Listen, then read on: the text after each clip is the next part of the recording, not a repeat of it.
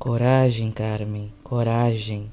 Ela dizia a si mesma, enquanto batia as rédeas no lombo das éguas que puxavam sua carruagem. Corria a toda velocidade por uma estrada que desaguava no fim do mundo.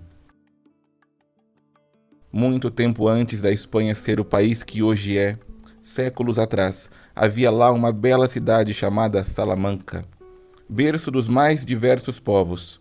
Lá conviviam judeus, muçulmanos, remanescentes da velha Cartago e principalmente ciganos. Haviam lá muitos ciganos. A vida era boa. A família Manque era numerosa, mais de 30 membros.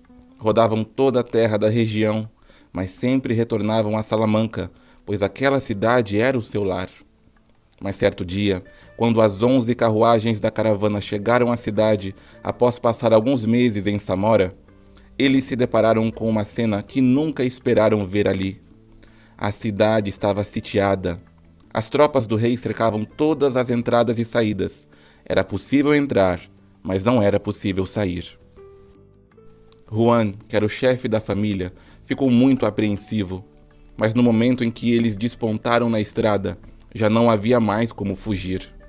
Se todas aquelas carruagens dessem meia volta e fossem embora, antes mesmo de atravessar os portões, com toda certeza seriam perseguidos por aquele grupo de guardas armados que faziam campana diante das entradas da cidade. Juan, sentado no banco alto da charrete, engoliu em seco e orientou que todos os ciganos mantivessem um ar despreocupado. Assim, tranquilamente, eles entraram em Salamanca. Lá dentro, tentaram ir para o local onde sempre montavam suas tendas, mas no meio do caminho perceberam agitação incomum diante da catedral. Ali na frente da porta principal da igreja estava montado um palanque e sobre ele o padre discursava. Porém, não era o padre da cidade, e sim um rapaz muito mais novo. Ouvindo o falatório da multidão, os ciganos descobriram que o antigo padre estava morto, e aquele rapazote era alguém muito importante, um moço aparentado com a família real. Aquele novo padre estava implantando em Salamanca o regime que mais tarde seria conhecido como Inquisição Espanhola. É bem verdade que os ciganos sempre foram maltratados pelos católicos, porém essa questão de Inquisição eles nunca tinham visto ou sequer ouvido falar. Não conheciam o que aquilo de fato era, mas infelizmente estavam prestes a conhecer. Se aproximando daquele palanque, eles ouviram o rapaz dizer: Por ordem do Sereníssimo Rei Dom Fernando, em apoio à nossa Santíssima Autoridade Mor, o Papa Sisto IV, é outorgada a ordem de que a cidade de Salamanca seja lar apenas daqueles tementes a Deus, que as ruas e casas sejam purificadas, e tudo seja expurgado de toda imundície e heresia. Aqui começa a caça aos hereges. Os ciganos, a princípio, não ficaram tão preocupados, pois todos eram de fato cristãos, mas não totalmente, é claro. Porém, haviam sim sido convertidos e batizados já há muitos anos. Seguiam ali a fé em uma santa católica. Porém, Juan temeu. Ele sabia que as práticas ciganas não eram convencionais, que as crenças de seu povo não batiam exatamente com a dos católicos apostólicos romanos. Subiram em suas carruagens e foram embora. Iam rumo ao descampado que sempre ocupavam, mas no meio do caminho ficaram horrorizados ao passar por uma rua cheia de comércios e ver uma família de judeus sendo violentamente agredida. Um homem, uma mulher e 2 crianças sendo arrastados pela rua e colocados à força dentro de uma carroça em forma de gaiola. Logo em seguida, os ciganos presenciaram um dos soldados colar na porta da casa um papel com o selo do reino desenhado, ou seja, aquilo que pertencia a alguém considerado herege passava imediatamente a ser posse do rei. Após presenciar aquela cena, eles ficaram muito preocupados. Ciganos não têm casa, ciganos não têm muitos pertences, mas todos sabiam que os ciganos tinham ouro. Então seguiram para o terreno descampado, e após armarem suas tendas, dia após dia, Alguns ciganos iam para a cidade, tanto para comprar mantimentos quanto para fazer negócios, mas sempre que iam em 3, voltava apenas um. Sim, alguns ciganos começaram a ser presos, e por mais que professassem que eram católicos, eles ainda assim eram atirados na cadeia para averiguação. Quando 11 ciganos foram encarcerados, Juan decidiu ir falar com o padre, para tentar convencê-lo a libertar seu povo.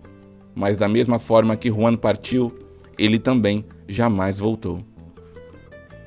Os ciganos se desesperaram, mas houve quem tomasse a liderança do grupo, uma voz forte para guiá-los.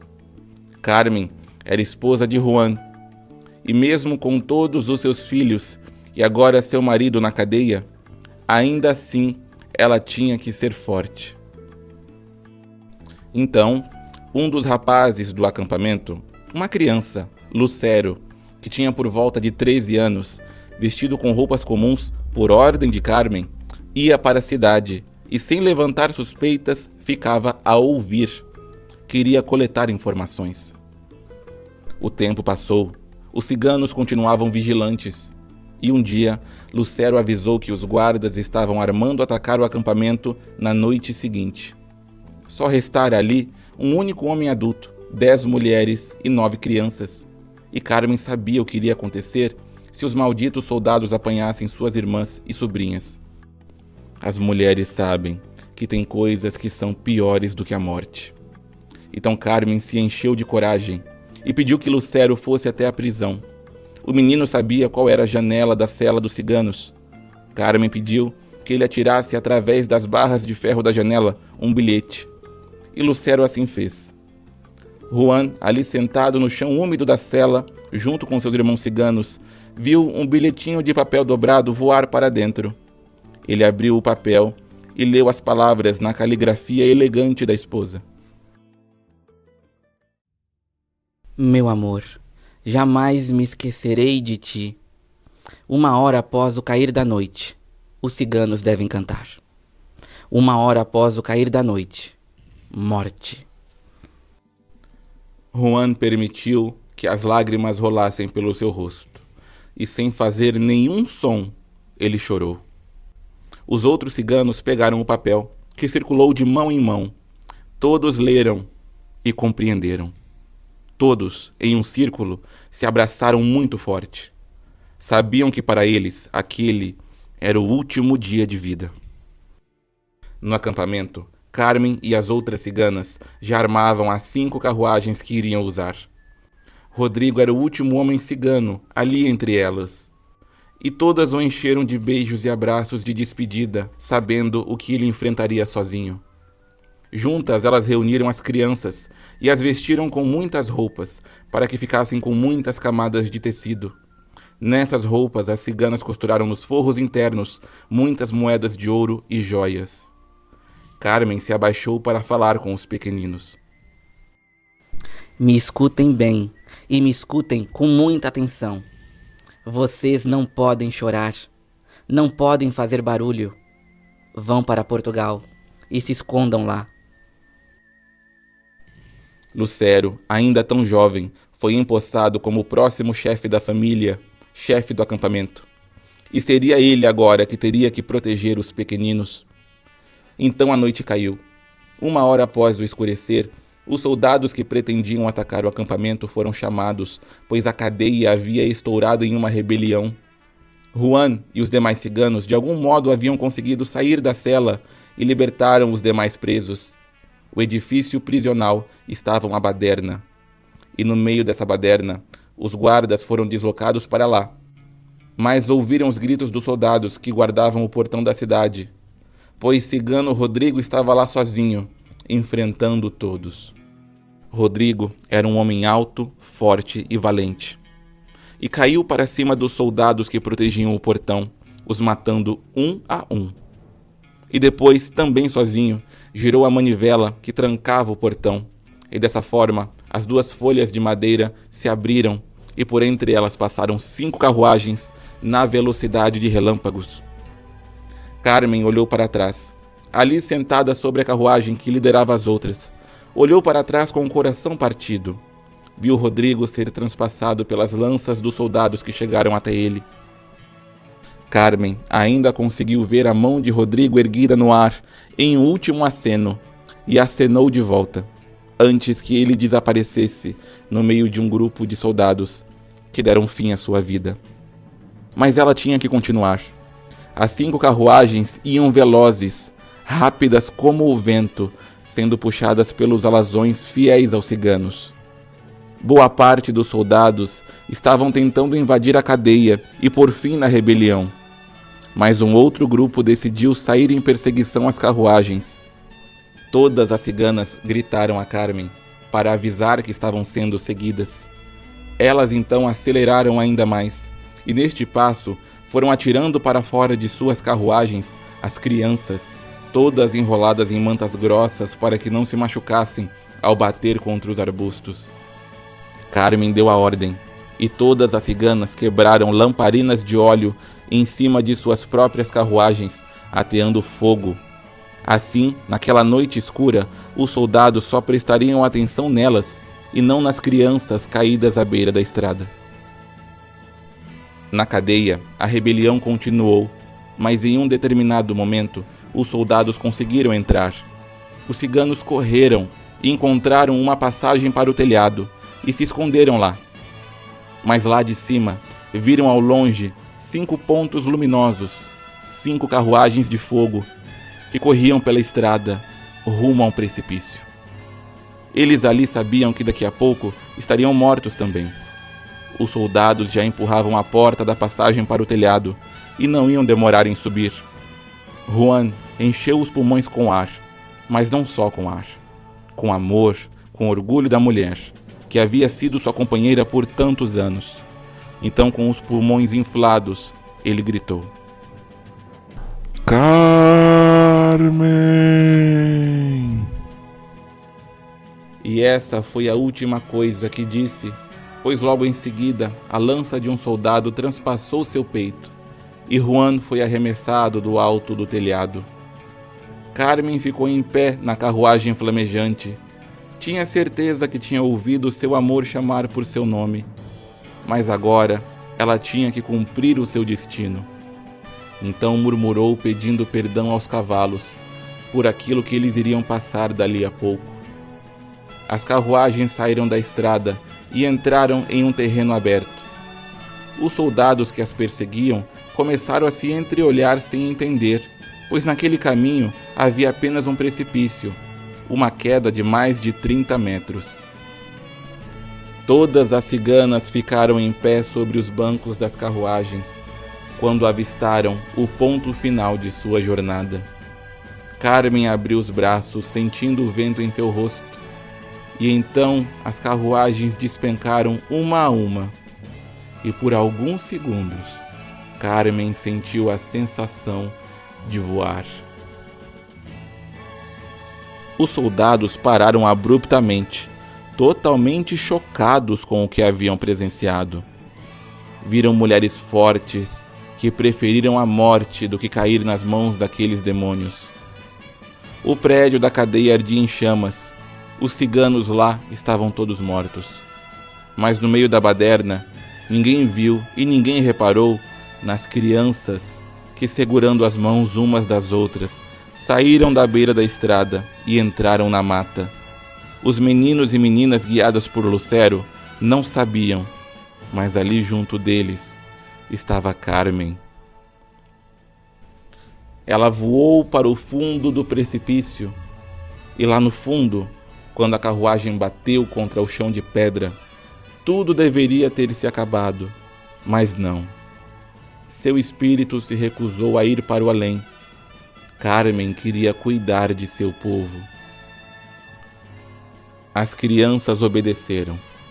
Nunca choraram e nunca fizeram barulho.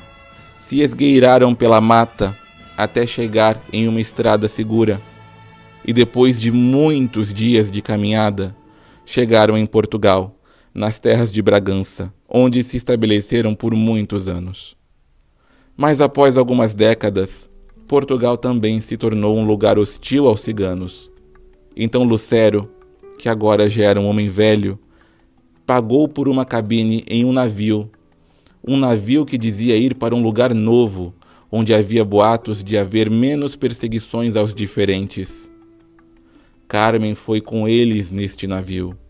Os ciganos não sabiam, mas ela sempre esteve com eles. E depois da viagem completa, quando chegaram ao destino, Carmen chegou aqui. Sim, Carmen chegou ao Brasil. E essa é a história de Cigana Carmen. Porém, não acabou. Existe uma última mensagem que a cigana gostaria que todos vocês prestassem atenção, pois é algo que há muito tempo ela quer falar. Lucero, quando chegou ao Brasil, se decepcionou. Ele acreditava que aqui não sofreria perseguição, mas não foi assim. Foi muito difícil. E depois que ele morreu, os seus filhos e seus netos decidiram que já bastava. E muitos deles desistiram de ser ciganos. Trocaram seu sobrenome por nomes católicos e nunca mais tocaram no assunto, se vestindo e se comportando como pessoas comuns, se vestindo e se comportando como católicos. Então hoje, muitos de vocês que estão ouvindo isso acreditam que os ciganos são um povo muito distante. Mas o que vocês não sabem é que muitos de vocês são ciganos. Mesmo que os antepassados tenham desistido da cultura e desistido por medo, e um medo justificado, vocês ainda são ciganos, porque o que faz um cigano é o sangue. E mesmo que nunca mais tenha se falado como um cigano, ou tenha se vestido como um cigano, os seus antepassados eram ciganos, e vocês também são. Cigana Carmen trabalha apenas com o povo cigano. Todo aquele que trabalha com Cigana Carmen é cigano também, mas muitos não sabem. A verdade é que a vida é muito difícil, mas Cigana Carmen continuará para sempre ao lado de seu povo.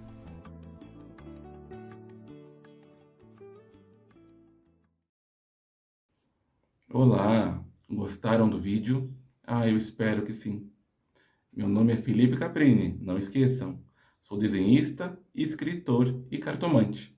Quem quiser entrar em contato, o meu número está nos comentários.